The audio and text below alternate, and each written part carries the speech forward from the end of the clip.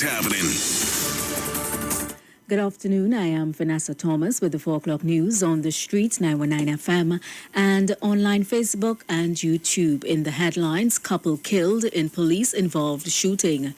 The OWTU is not in agreement with TNTAC's workers returning to full work, says 19 workers are now in quarantine since their return.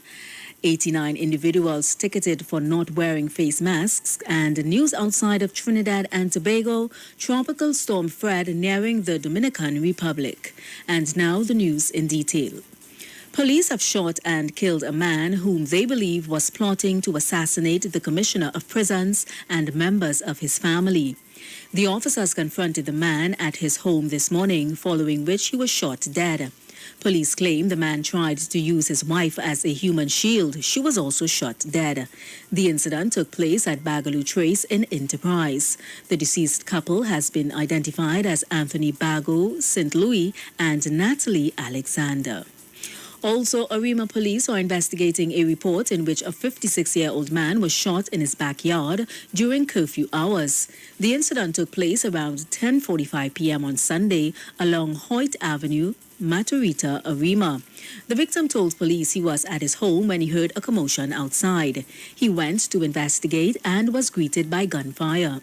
The man was shot and ran a short distance before collapsing. He was rushed to the Arima Health Facility and transferred to Mount Hope Hospital.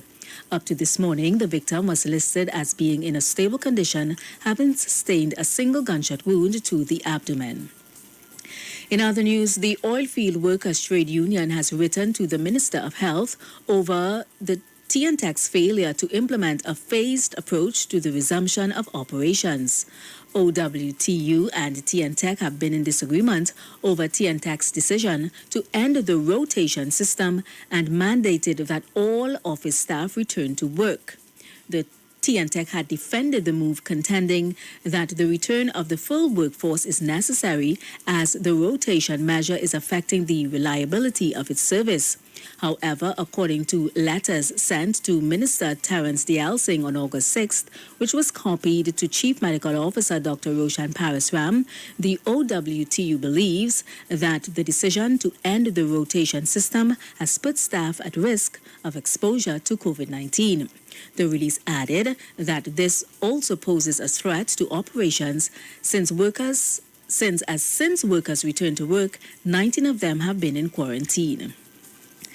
89 people were issued tickets for failing to wear their face mask properly or at all over the past 24 hours, moving the total number of tickets issued under this regulation to 15,387. The figure was related at the police service media update this morning. In addition, 9 people were arrested for breach of the public health regulations, moving the total number of arrests under the offense to 1,328. As such, the TTPS is renewing its call to the population to adhere to the emergency powers and public health regulations and welcomes information on possible breaches. News outside of Trinidad and Tobago now. Tropical Storm Fred swirled towards the Dominican Republic and Haiti on Wednesday, with forecasters warning that heavy rains could cause dangerous flooding and mudslides. After a quiet month of no-name storms in the region, Fred became the 6th of the Atlantic hurricane season late Tuesday as it passed by the U.S. Virgin Islands and Puerto Rico on a forecast track that would carry it towards Florida by the weekend. Tropical storm warnings were discontinued in the U.S. territories after pelting the islands with rain.